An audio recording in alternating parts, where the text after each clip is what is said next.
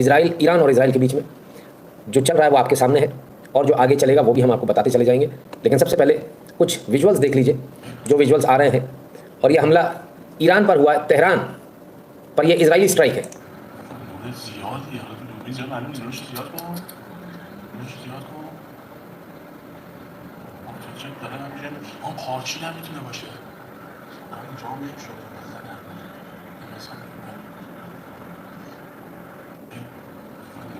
तो ये जो धमाका आपको दिख रहा है ज़बरदस्त, ये ऑयल रिफाइनरीज और ऑयल डिपोज पे जो है हमला किया है इजराइल ने।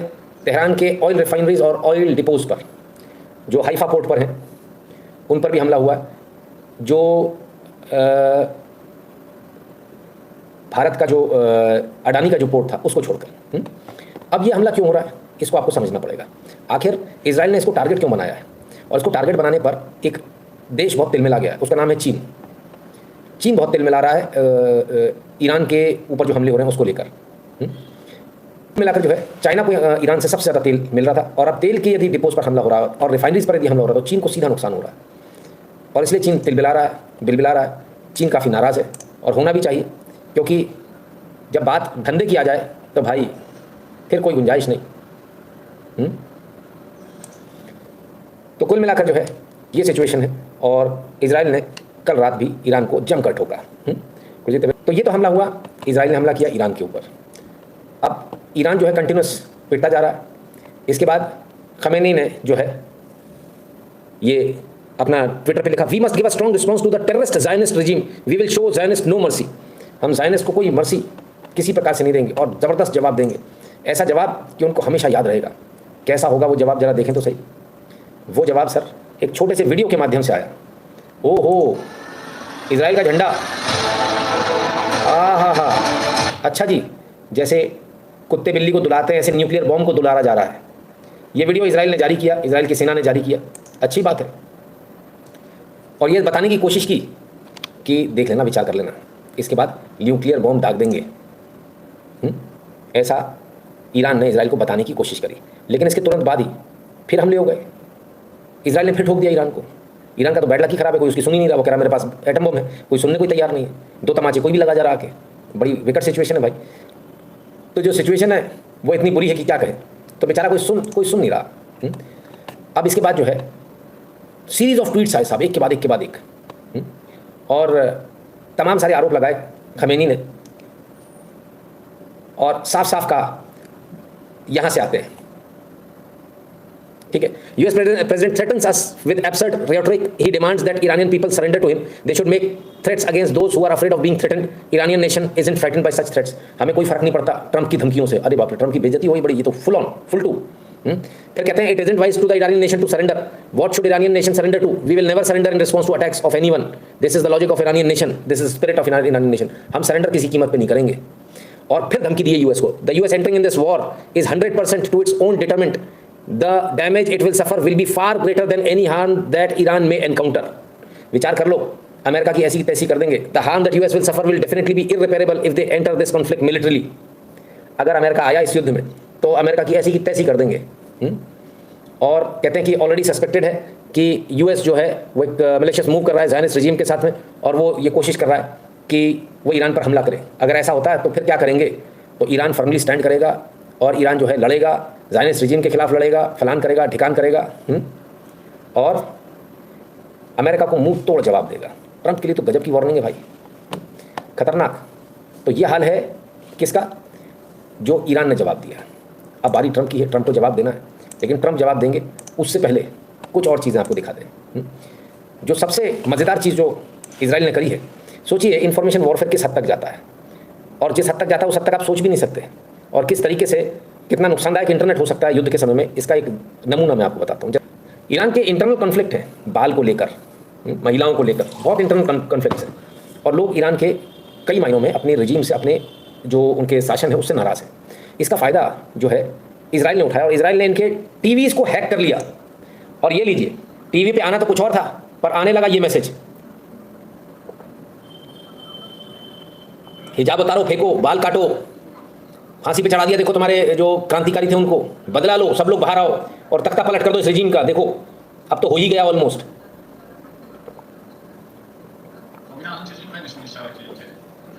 ठीक है ना? तो सोचिए, और कोई भी चैनल लगा लो आप, सब जगह यही आएगा। कोई भी चैनल लगा लो आप,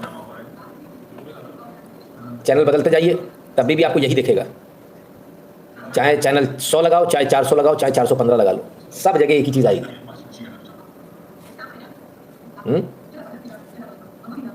तो कुल मिलाकर जो है हर जगह इजराइल का प्रोपेगेंडा चल रहा है, ईरान के अंदर, ईरान के टेलीविजन सेट्स पर, कि किस प्रकार से जो है रेजिम कितना खतरनाक है, इसने एटम बम बना ली, इसने फलान कर लिया, इसने ठिकान कर लिया, इसने आप लोगों के साथ कितना अत्याचार किया, अब आपकी बारी, आपका मौका है, घर से निकलो और इस रेजिम को तख्ता पलट कर दो इसका। सोचिए कैसे हो पाया। क्या ये सैटेलाइट टीवी से हो सकता था? बिल्कुल, सैटेलाइट टीवी को भी हैक किया जा सकता, पर इतना आसान नहीं होता, वो थोड़ा मुश्किल होता है। इतना आसान नहीं कि आप उसको हैक कर लो, लेकिन आज की तारीख में जो आपके पास इंटरनेट टीवी चल रहा है सर, इसको हैक करना बहुत आसान है। और इजराइल ने वही काम किया है। सारे जितने भी इंटरनेट टीवी हैं, जो आपके स्मार्ट टीवी को आप बोलते हैं ना, सबको हैक कर दिया और सब पर इजराइल का प्रोपेगेंडा चल रहा है। और ईरान परेशान है, उसको समझ में नहीं आ रहा। और इस प्रकार के वीडियो इस समय यदि उबाल ला दिया उसने जनता में, तो ईरान के लिए बहुत मुश्किल हो जाएगी, बहुत मुश्किल हो जाएगी, खासकर खमेनी के लिए बहुत मुश्किल हो जाएगी। तो अब आने वाला समय बताएगा। और इसलिए मैं कहता हूँ कि हमेशा बहुत सतर्क रहना चाहिए। आज भारत के अंदर जो विदेशी सैटेलाइट इंटरनेट को परमिशन दी जा रही है, आप उससे सारे डॉक्यूमेंट साइन करा रहे हैं, लेकिन इस बात की क्या गारंटी है कि कल वो ये ना कह दे कि साहब ये सैटेलाइट हैक हो गया और इसलिए इसमें से ऐसी गड़बड़ हो गई। तब आप क्या करोगे? हारता हुआ आदमी थोड़ी कुछ कर सकता है। और हराने की जिम्मेदारी जो होती है, इस प्रकार के पीछे से जो बैकग्राउंड से जो काम होते हैं ना, उनकी होती है, जिसमें सबसे बड़ा काम सदियों से मीडिया करता आया है, चाहे वो न्यूज़पेपर के माध्यम से हो, चाहे किसी और माध्यम से। जो पत्रकार हैं वो बहुत बड़ा रोल प्ले करते हैं किसी देश को हराने और जिताने में, ठीक है ना? तो न्यूज़ आप तक पहुंचती है। इसलिए मैं आपसे कहता हूं कि न्यूज़ कभी भी फ्री मत देखिए, कभी भी फ्री मत देखिए। कोई फ्री दिखा रहा है तो वो अपना एजेंडा दिखा रहा है, आपको न्यूज़ नहीं दिखा रहा। बचिए ऐसे लोगों से, ठीक है ना? चलिए, ने अपना प्रोपेगेंडा और तेज कर दिया। देखो हमको मारा, अब ये इजराइल ने दिखाना शुरू कर दिया, हमको मारा दिखा रहे हैं, इसका मतलब पक्की बात है कि पलट के मारेंगे, बहुत बुरी तरह से मारेंगे। इजराइल का झंडा भी दिख रहा होगा आपको, तो इजराइल दिखा रहा है, देखिए किस ज़बरदस्त तरीके से नुकसान हुआ है मेरा। लेकिन सबसे कमाल की बात यह है कि ये नुकसान इजराइल दिखा तो रहा है, पर ये तो रेजिडेंशियल इलाकों पे दिखा रहा है। ईरान ने क्या रेजिडेंशियल इलाकों पे मार मार के अपनी तसल्ली कर ली? क्योंकि कुछ रिपोर्ट्स ऐसी भी आ रही हैं जो बड़ी अपने आप में बड़ी ही अजीब है। और वो रिपोर्ट्स ये हैं कि इजराइल ने उन जगहों को इंटरसेप्ट किया जो उसके युद्ध की नीति में जो उसके लिए सही थे, वहाँ तो उसने इंटरसेप्ट किया, लेकिन बाकी जगह जो है उनको छोड़ दिया। सिलेक्टिव लीकेज जो है वो किया, और वो किया इनके एयर डिफेंस सिस्टम में। ऐसा मैं नहीं कह रहा, ऐसा अब तो न्यूज़ में आ चुका है, अगर आप उसको इंटरप्रेट कर पाए। Israel's Iron Dome is leaking as Iran's ballistic missile count passes 400। तो मिसाइल काउंट जो है वो 400 हो गया, और ऐसा बताया जा रहा है कि ये इंटेंशनल हो सकता है, कि जानबूझकर जो है इजराइल ऐसा कर रहा है। दो चीज़ें हो सकती हैं, कि उनका जो तरीका है वो ये है कि अपनी मिसाइलों को ख़त्म कर लें, पर इतनी कितनी मिसाइलें ख़त्म करवा लोगे ऐसे? और जो सिलेक्टिव लीकेज की जो बात हो रही है वो इसलिए हो रही है क्योंकि इजराइल की किसी भी मिलिट्री बेस पर या मिलिट्री उस पर ईरान का हमला नहीं नज़र आता। हमला जो दिख रहा है वो रेजिडेंशियल कॉम्प्लेक्सेस पर दिख रहा है। तो क्या इजराइल इस चीज़ को नाप तोल कर देख रहा है कि कौन सी मिसाइल कहाँ गिरेगी, और जो मिलिट्री इंस्टॉलेशन पर गिरनी है उसे तो इंटरसेप्ट कर रहा है, बाकी मिसाइलों को छोड़ दे रहा है? क्या ऐसा कर रहा है इजराइल? ये बहुत अपने आप में गंभीर सवाल है। और अगर ऐसा है तो ये अपने आप में भले ही वहाँ के लोगों की मृत्यु हो रही है, लेकिन अगर वॉर के हिसाब से देखा जाए तो इजराइल का ये फिर तो ट्रम्प कार्ड है। इजराइल जो काम कर रहा है वो तो गजब का काम कर रहा है भाई। डेफिनेटली उनके लोगों की जान जा रही है, लेकिन वो दो तरफा वॉर जीत रहा है, नैरेटिव वॉर भी जीत रहा है और वैसा वॉर भी जीत रहा है, युग। अब जब इस कदर ईरान पिटने लगा तो ईरान ने जो है कुछ किया, और वो किया ये रहा। और ये है ballistic missile, this is huge. ये बैलिस्टिक मिसाइल आसमान में देखी गई, और बताया जा रहा है कि जो हवाई जहाज जो लेकर आया था शायद वो बैलिस्टिक मिसाइल लाया हो, क्या लाया मालूम नहीं, लेकिन ये बहुत क्लियर है, ये बैलिस्टिक मिसाइल ही है।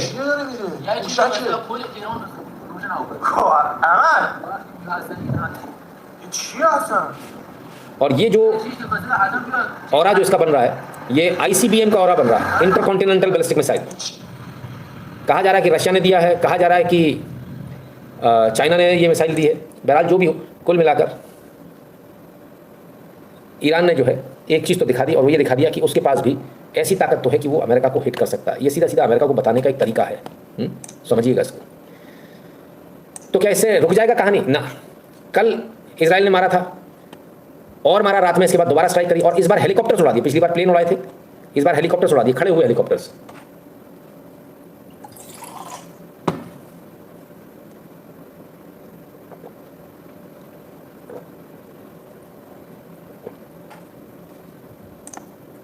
तो इस बार जो है खड़े हुए हेलीकॉप्टर्स को उड़ा दिया और ये इजराइल एयरफोर्स ने AH-1 हेलीकॉप्टर जो थे करमनशाह एयर बेस पर वहाँ उड़ा दिए।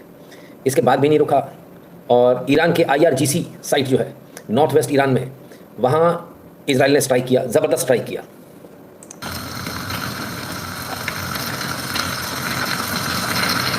इतनी दूर से इतना बड़ा धुएं का गुब्बारा, आप अंदाज़ा लगा लीजिए क्या स्थिति रही होगी।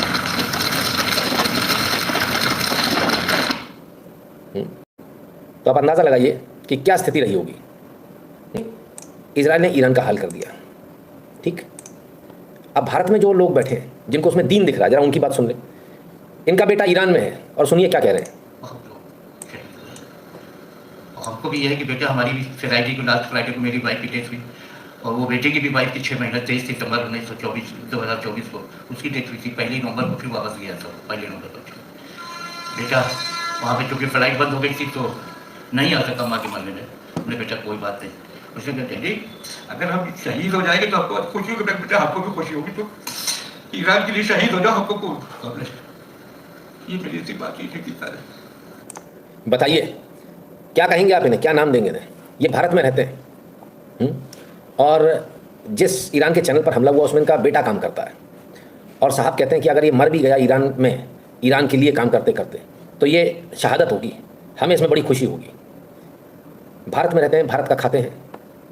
हाँ, ये लखनऊ में रहते हैं साहब, ये भारत का खा रहे हैं, लेकिन इनको शहीद होना है ईरान के लिए, भारत के लिए नहीं होना है। क्या कहेंगे आप इस कौम के लिए, क्या कहेंगे इस बुद्धि के लिए? और फिर ये कहते हैं कि हमें गद्दार मत समझो। मैं आप लोगों से पूछता हूँ, ये गद्दार हैं या नहीं है? दुनिया के किसी भी कोने में चले जाइए, उनसे पूछिए क्या ये गद्दार हैं या नहीं। वो लोग जवाब देंगे कि ये गद्दार हैं या नहीं, बिकॉज ये अपने आप में एक बहुत चौंकाने वाली बात है। कैसे कोई व्यक्ति जो इस देश में खा रहा है, इस देश का खा रहा है और इस देश में रह रहा है, यहाँ टैक्स भी नहीं देना, लेकिन ईरान के लिए जान देनी है, इस देश के लिए नहीं देनी। खैर, अब मुझे समझ में नहीं आता, जब उनको ईरान के लिए जान देनी है तो हमारी सरकार को कौन सा कीड़ा काटा हुआ भाई? सरकार ने ऑपरेशन सिंधु लॉन्च कर दिया है ईरान में फंसे हुए भारतीयों को लाने के लिए। क्या भैया, जब अगला कह रहा है कि वहाँ वो शहीद हो जाए ईरान के लिए, ये हमारी खुशी की बात होगी, तो तुम क्या जबरदस्ती लेकर आ रहे हो? और 18 जून आज से शुरू किया गया ये है? उनको आना नहीं है, उनको वहाँ शहीद होना, आप जबरदस्ती पकड़ ले आ रहे हो। भैया उसकी 72 हो रहे, क्या कैंसिल कराए दे रहे हो आप? चलिए, सॉरी, ईरान के सुप्रीमो जो है खमेनी, वो जो है ट्रंप को चैलेंज कर रहे थे और वो कह रहे थे कि हम ट्रंप को बता देंगे, हम अमेरिका को बता देंगे। अमेरिका का जवाब क्या, सुन लें। You could say something. They know what's happening. Maybe you could call it the ultimate ultimatum, right? Oh, I don't want to say it. Look, I mean, give me that. I was saying, she's doing great. You could say something. They know what's happening. Maybe you could call it the ultimate ultimatum, right? कहते हैं ultimate ultimatum दे दिया हमने Iran को। ये अपना अलग ultimatum दे रहे हैं, उधर खमैनी अपना अलग अल्टीमेटम दे रहा है। ये कह रहे सरेंडर कर दो, वो कहता सरेंडर नहीं करेंगे, लड़ेंगे। चलिए, लेकिन जब उसने बोला कि हम अमेरिका के ऊपर हमला कर देंगे, न्यूक्लियर बॉम्ब का उसने थ्रेट दिखा दिया, तब उसके बाद कुछ फर्क पड़ा क्या? ट्रंप का क्या कहना है देखें। कल तक ये बिल्कुल तैयार थे कि बस आज तो उतार ही देंगे सेना को। अब सुनिए क्या जवाब है इनका। Are moving closer, or you believe the U.S. is moving closer to striking Iranian nuclear facilities? Where's your mindset on that? You can say that, right? You don't seriously think I'm going to answer that way? Will you strike the Iranian nuclear component? And what time exactly, sir? Sir, would you strike it? Would you please inform us so we can be there and watch? I mean, you don't know that I'm going to even do it. You don't know. I may do it. I may not do it. I mean, nobody knows what I'm going to do. I can tell you this much. I mean, you don't know that I'm going to even do it. You don't know. I may do it. I may not do it. I mean, nobody knows what I'm going to do. I can tell you this, that you don't know. I may do it. I may not do it. I mean, nobody knows what I'm going to do. I can tell you this, that कल तक ये तैयारी थी कि Iran की nuclear facilities को ये hit कर देंगे, इनके जो नेवी है वो भी हमला कर देगी, एयरफोर्स भी हमला कर देगी। ये कल तक तैयारी थी कि आज हो जाएगा, लेकिन ईरान ने जैसे अपना रंग बदला है, ट्रंप 2 कदम पीछे हो गए। उनसे पूछा क्या आप हिट करेंगे, तो मजाक उड़ाने लगे जो रिपोर्टर्स हैं उनका, और कहते हैं कि ये पूछ रहे हैं तो पहले इनको बता दिया जाए कि हम कब हमला करेंगे, किस समय करेंगे, ताकि जाके लाइव रिपोर्टिंग कर सके वहाँ से। कहते किसी ने को नहीं मालूम कि मैं हमला करूँगा या नहीं करूँगा और कब करूँगा, करूँगा भी या नहीं करूँगा। तो ट्रंप जो है कुल मिलाकर 2 कदम पीछे आ गए और कहते हैं मैं हमला करूँगा या नहीं करूँगा ये मालूम नहीं, ये आएंगे लास्ट में जब हारने लगेगा ईरान, तब, अन्यथा नहीं आने वाले। चलिए, खमेनी ने एकदम स्पष्ट रूप से कहता है, the Iranian nation also firmly stands against any imposed peace. The Iranian nation will not capitulate to anyone in the face of coercion. तो सीधी बात है, ईरान ने कह दिया इम्पोज्ड पीस हम बर्दाश्त नहीं करेंगे, बराबरी से बात करेंगे। चलो अच्छी बात है, पर यहाँ पर एक एंट्री और होती नजर आ रही है। एक फेक न्यूज़ चलाई थी, ब्लूमबर्ग ने कल कहा था कि रशिया ने मदद करने से मना कर दिया, पर पुतिन का कुछ बयान आया, उसको देखें। Иран выполнил все взятые на себя обязательства по известному соглашению, о котором сейчас упомянули все. Крыму невозможно предъявить никаких претензий. Но затем Соединенные Штаты в одностороннем порядке решили выйти из этого соглашения. А европейцы предложили требовать от Ирана, чтобы он выполнял взятые на себя обязательства. Ну, вы же мне простите, но это бред. Не Иран же вышел из этого соглашения. США вышли. Бывший президент Трамп принял решение выйти из соглашения. А европейцы говорят, да, это не очень хорошо, что американцы вышли. Но вы, иранцы, все соблюдаете. कहते हैं जो ट्रीटी साइन हुई थी उस ट्रीटी का सब लोग पालन कर रहे थे, ईरान भी उसका पालन कर रहा था, ईरान कहीं भी उसमें डिफॉल्टर नहीं है। लेकिन जो न्यूक्लियर ट्रीटी जिससे बैकआउट हुए वो 2018 में ट्रंप खुद बैकआउट हुए थे। उन्होंने सबसे पहले इस जो है इस एग्रीमेंट को तोड़ा था, और जब उन्होंने खुद ने एग्रीमेंट को तोड़ा तो ईरान पर किस आधार पर आरोप लगाया जा रहा है? यानी कुल मिलाकर कहें तो रशिया की एक बैकिंग तो मौजूद है ईरान के पास, मॉरल बैकिंग। अभी और बैकिंग भी मिलेगी आने वाले समय में, आप देखते जाइएगा, आप भी यही हैं, हम भी यही हैं। फिर क्या हुआ? ईरान की बात तो ठीक है, लेकिन ज़रा यूक्रेन का हाल देख लें, क्या हाल है। ट्रंप की बात हुई तो यूक्रेन की भी बात कर ले। ओए होए होए होए होए होए, ये क्या हो गया भाई? ये तो बिल्कुल ही धुआं धुआं हो गया। और ये हाल है यूक्रेन का इस समय। यूक्रेन के पास एयर डिफेंस नाम की कोई चीज़ बची ही नहीं है। सारे एयर डिफेंस जो है रशिया ने उड़ा दिए। नए एयर डिफेंस देने से अमेरिका ने मना कर दिया है कि हम नया कुछ नहीं देंगे, ठीक है। तो इस समय जो है कुत्तों जैसी हालत हो गई है यूक्रेन की, ना घर के रहे ना घाट के। अब सवाल, वो वाला सवाल जो उन सज्जन ने किया था सबसे पहले, अब वो मुझे दिखेगा नहीं यहाँ ना, सारे सुपर चैट गायब दिख रहे हैं, एक भी दिख ही नहीं रहा है। खैर, तो वो जो सवाल किया था कि भारत के लिए क्या फ़ायदा होता ईरान अगर स्ट्रांग होता, हाँ होता, लेकिन इसके दोनों पहलू हैं। भारत के लिए फ़ायदा यह है कि अमेरिका ज़्यादा आगे नहीं बढ़ पाएगा, अमेरिका का दबदबा इस इलाके में नहीं हो पाएगा, और होना नहीं चाहिए, वरना अमेरिका इतनी बड़ी पावर बन जाएगा कि उसे आप हरा ही नहीं पाओगे, कभी भी नहीं हरा पाओगे, पूरी दुनिया पर अमेरिका राज करेगा। लेकिन दूसरा डर ये है, यदि ईरान की वर्तमान जो सरकार है, यदि ये इसको सपोर्ट करे यहाँ पर, और यदि ये जीतता है तो ये कट्टरवाद को बहुत भयंकर बढ़ावा देगा। ये भयंकर रूप से कट्टरवादी व्यक्ति की सरकार है जो फिलहाल बैठे हुए हैं। तो ईरान में जब तक बदला नहीं हो जाए, जब तक सरकार में कोई ढंग का समझदार व्यक्ति ना आ जाए, तब तक थोड़ा मुश्किल है। ईरान का भला ही तब होगा जब वहाँ कोई ऐसा व्यक्ति आएगा जो सेक्युलर माइंडसेट वाला होगा, इनकी तरह कट्टर नहीं होगा। ये पूरी दुनिया को जो है ना पूरी दुनिया को मुसलमान बनाना चाहते हैं, ऐसा ना हो। लीडर तो बात बनेगी, है ना। तो it is a tough call, है ना। और होने दीजिए सर, अभी तो होने दीजिए, अपन तो देखेंगे क्या होगा। जो होगा उसमें से भी फ़ायदा निकालना अपन को आता है। ये कहते हैं ईरान के भारत को के चीज़ों पर भरोसा करके तुरंत चुपचाप अंदर से मदद करना चाहिए। भारत की मदद करे, पूरी खेल ही पलट जाएगा, लेकिन उनको दूसरों पर ज़्यादा भरोसा है। देखिए, पहली बात, ईरान ट्रेडिशनली देखा जाए तो पाकिस्तान का सपोर्ट करता रहा है पूर्व में, आज की तारीख में नहीं, लेकिन क्योंकि वो मुस्लिम कंट्री, और मुस्लिम कंट्री है तो मुस्लिम का ही साथ देंगे। दूसरी बात, उनको भरोसा नहीं है हमारी चीज़ों पर, तो वो जाने, उनकी प्रॉब्लम है, हमारी नहीं है ना। किसी ने सही लिख दिया पॉपकॉर्न टाइम, अपन तो सर मज़े देखो, बस मज़े लो इनके, जिसको जो होना होने। जितना ईरान पिटेगा उतना आपके लिए फ़ायदा है। ईरान जितना पिटेगा उतना उसको सस्ते में वो तेल बेचेगा, क्योंकि उसको पैसे की ज़रूरत रहेगी, और तेल के बदले में आप अपना खेल कर सकते हो। दोनों देश जब पिटते रहेंगे अपने लिए फ़ायदा ही रहेगा, ठीक है। लड़ते रहो, खूब लड़ो। आगे बढ़ो, उससे पहले याद दिला दें www.nitinshukla.com पर आपको जाना है। वहाँ जाकर आपको QR कोड मिलेगा, उसे स्कैन कीजिएगा, अपना अमाउंट भरिएगा, ऐड नोट ढूंढिएगा, और ऐड नोट में जाकर अपना नंबर और नाम लिख दीजिएगा, उसके बाद सेंड कीजिएगा। ये सोशल मीडिया के प्रोफाइल में क्लिक करके इनको टैप करके ज्वाइन होते चले जाइए। टेलीग्राम और व्हाट्सएप का जो लोगो बना हुआ, इनको प्रेस करके इन बटन्स को इन दोनों चैनल से जुड़ जाइए। जो भारत के बाहर वो पेटीएम और पेपाल वाला बटन दबाकर अपना पेमेंट करने का कष्ट करें।